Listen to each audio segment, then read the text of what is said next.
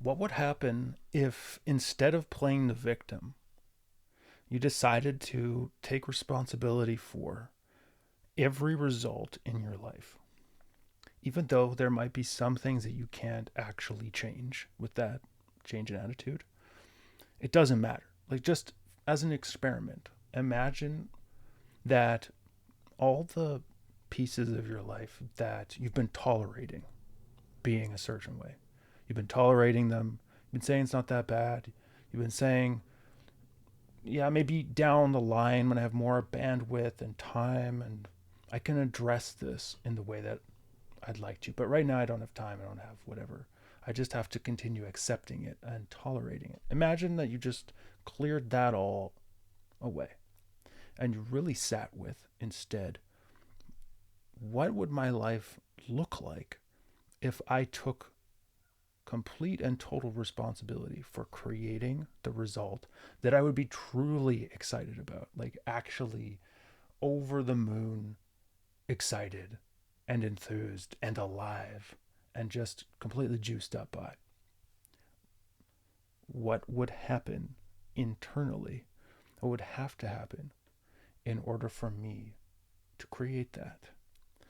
And it's confronting because it basically means stepping into power, which most of us are afraid of because all we see around us are examples of corrupted power because most men are so easily corrupted. It only takes little promises of sex or money or influence or status.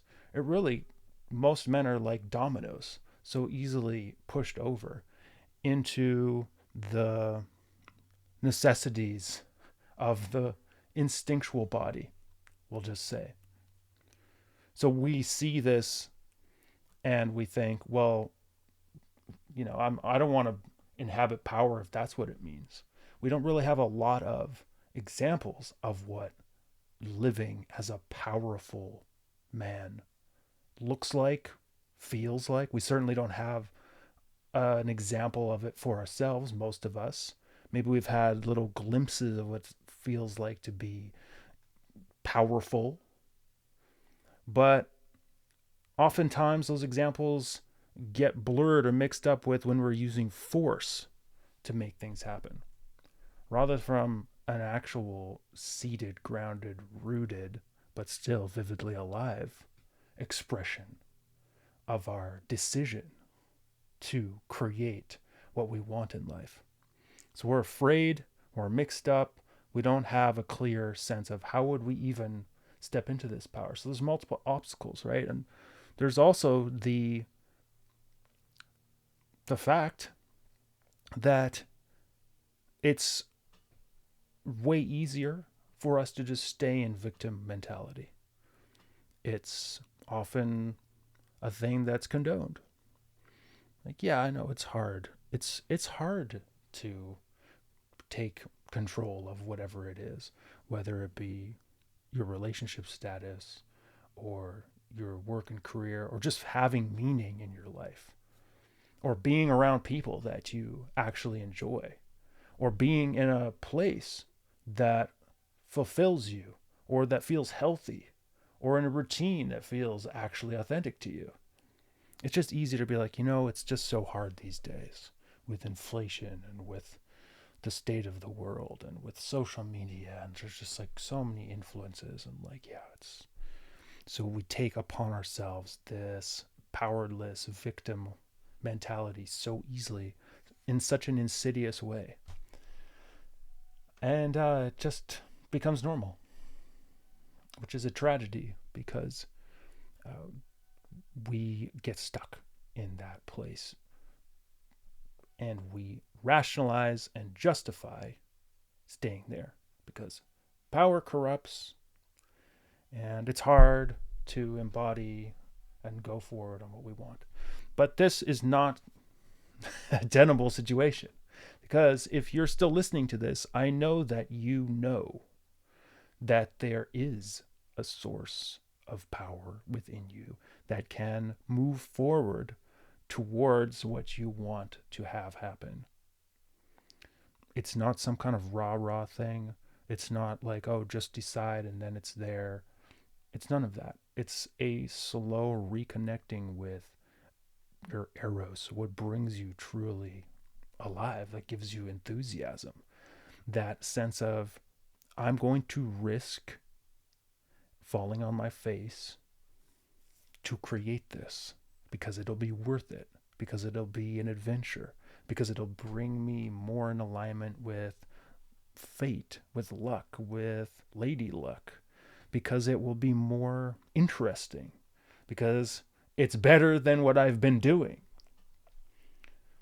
If what I've been doing has just been tolerating and abdicating power and abdicating my life force and abdicating my true ability to create a result that I would be actually excited about and enthused by,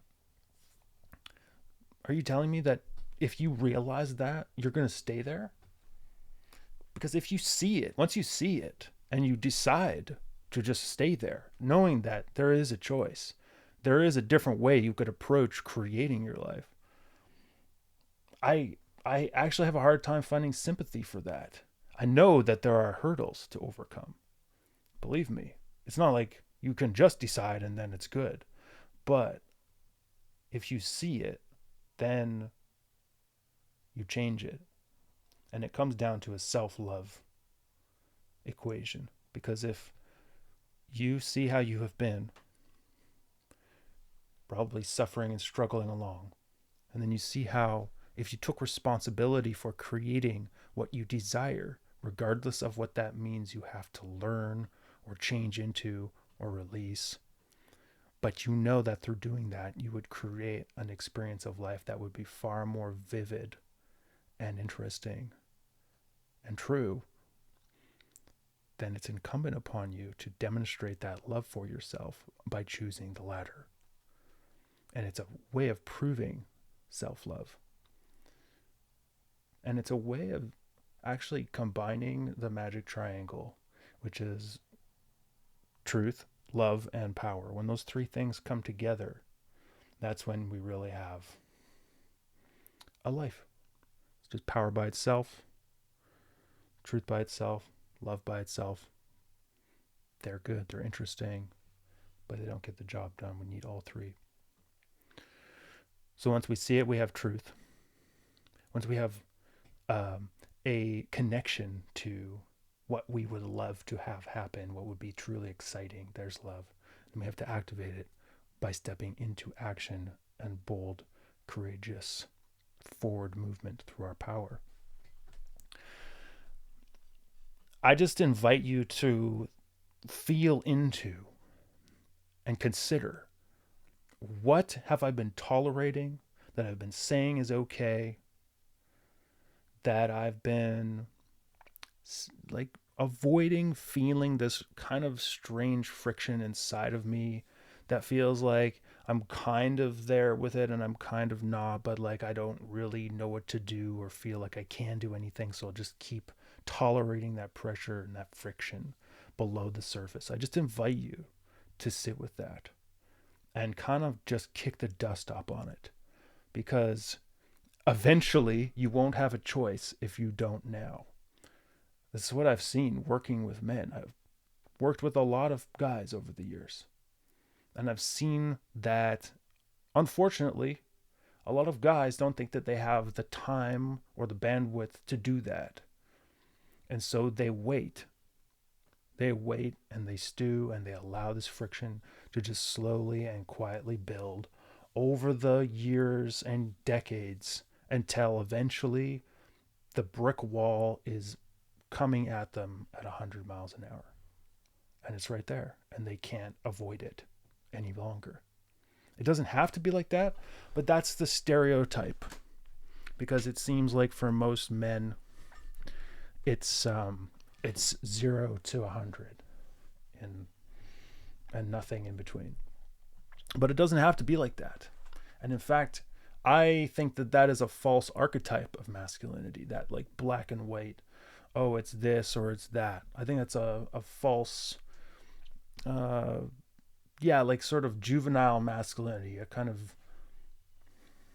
like a hero archetype that I don't think is necessary anymore. I think that men are evolving to a place where we can actually hold the more subtle aspects of our inner lives and face them and integrate them before they have to arise as huge monsters that we have to slay or that we have to be slain by. I think that we are evolving to a point where we can begin sitting with this friction. We can begin seeing the ways in which we've been betraying ourselves, abdicating power, accepting victimhood, saying it's okay, enduring and tolerating mediocrity, thinking that that's all there is. But it's like, I just don't believe it.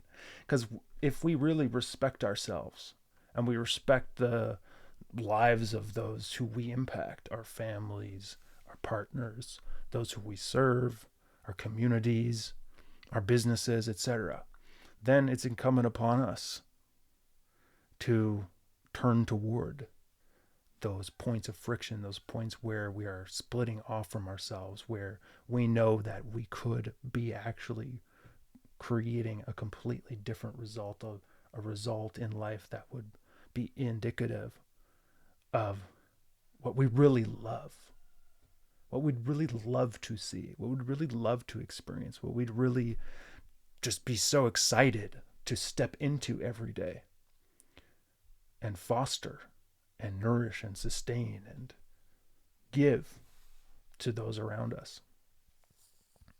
Right? So anything you don't like, that's a good signal. That's a good starting place. Anything that's giving you this friction, anything that's giving you this sense of, I'm tolerating this.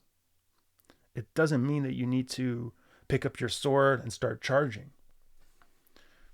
It doesn't mean that you need to go on a wild rampage, that you need to become ungrounded, that you need to suddenly blow it all up. It doesn't mean that at all. It means the exact opposite. It means just slowing down and actually giving yourself the permission to feel the thing that you want to get away from by taking all that action, so that you can actually sit with and tolerate and contain this sense of, there's something off right now about the very way that I'm relating to my life, such that I would accept this feeling of tolerating mediocrity and of tolerating things that I don't like and playing the victim.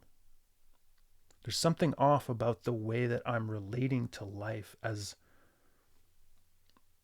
what it is, as a concept, as an idea, as an experience. There's something off about that. And most people, most guys want to just off to the next thing. I can't, they're just like, nope, I can't do that. They just bounce right off of it. It's too much. So they just keep doing that until, like I said, eventually there's a critical mass of that over years, and it completely overwhelms them and takes them down. Takes them down, down, down into actually feeling that. You'd be forced to feel that.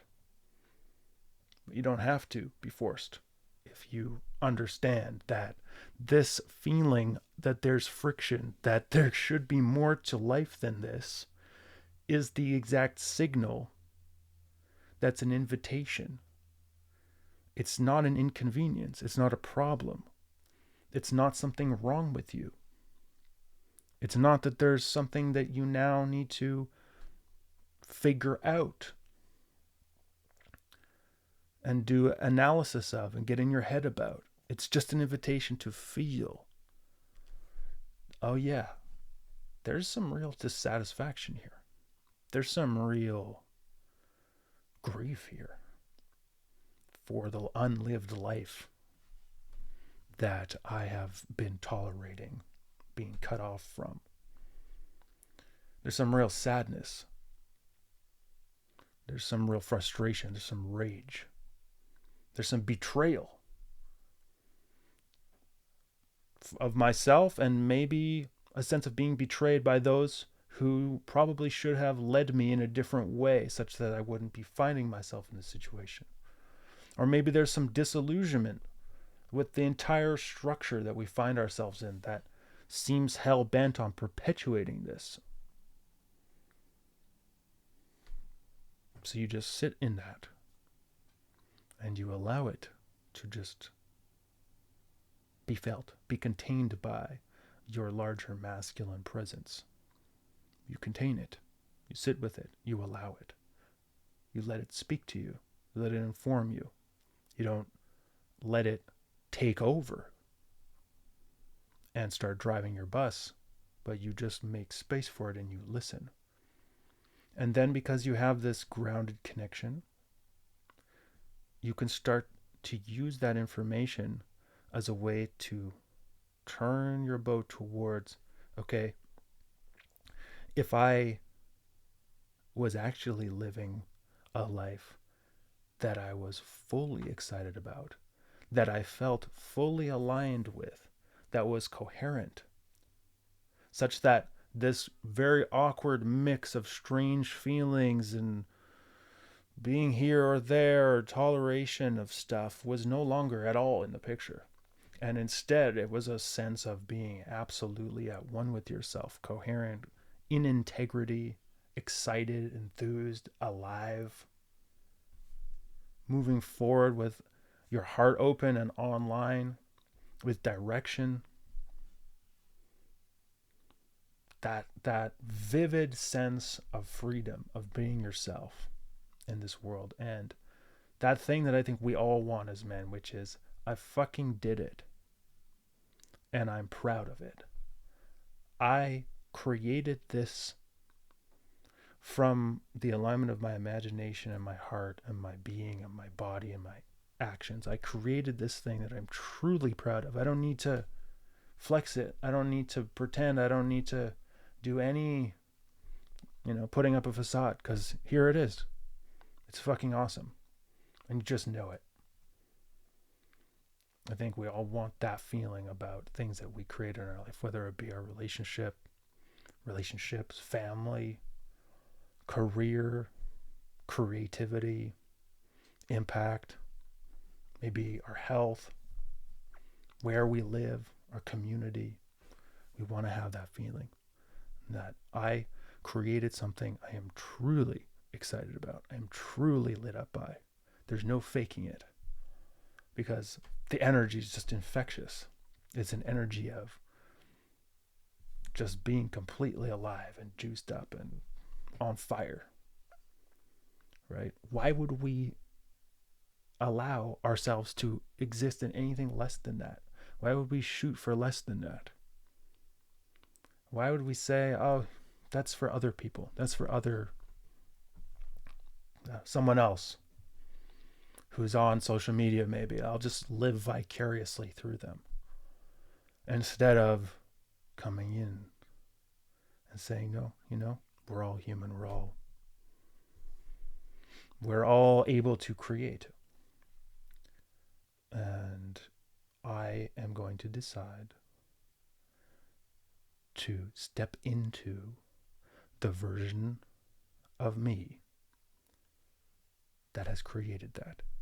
And I'm going to take responsibility for whatever is required to do that in a sustainable, gentle, self-loving, happy way. I'm gonna step into that. I'm gonna take responsibility for creating that. What would change in your life if that was the way that you started approaching things? All the things, all the results, all the stuff that you wish you could have, that you wish you could experience, that you wish was real for you, that you wish was part of your reality, your identity, your way of being. All that stuff that you have tolerated longing after and yearning for, and yet not pretending basically to not know what to do because of these ingrained patterns, these fears, these programmings. What if, again, like I said earlier, just put that to the side? Say, you know what? Today, I may not know exactly what to do, but maybe I don't need to know what to do in my head, what to do. What if all that thinking is just a defense? What if I was going to be penalized in a drastic way for thinking more about it, for planning, for strategizing? And someone had a gun to my head and was like, you need to decide now. You need to take action now. What if you already know what to do to create that result? What if you already know? And then you just did it. And then you did it again, or you did the next thing that came to your heart or to your instinct to do. And then you just continued towards it. What kind of momentum would that create in your life? Right?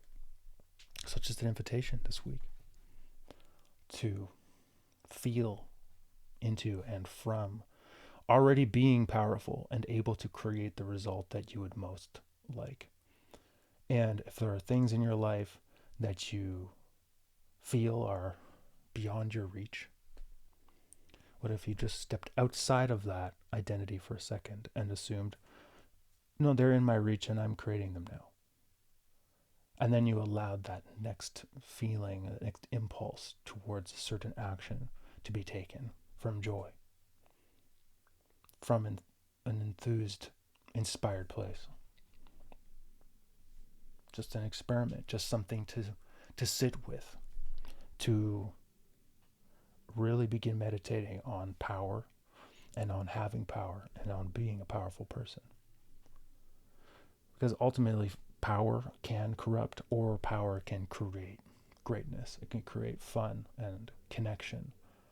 It can create roads in the desert. It can create the most magnificent, selfless achievements. It can create absolute, sublime, amazing connection. And lives and societies and cultures that we're truly proud of. And that's in you, that power. It's in you, that power, to create that, if you choose to step into it. So that's all for this week. Like and subscribe. Follow the channel, follow the podcast. And I do this type of work with men. This is what I do. I help men step into this different way of creating their life from integrity, alignment, coherence. So if that interests you, there'll be a link in the description. But that's all for now, and I'll see you again next week. Live from your power. Bye for now.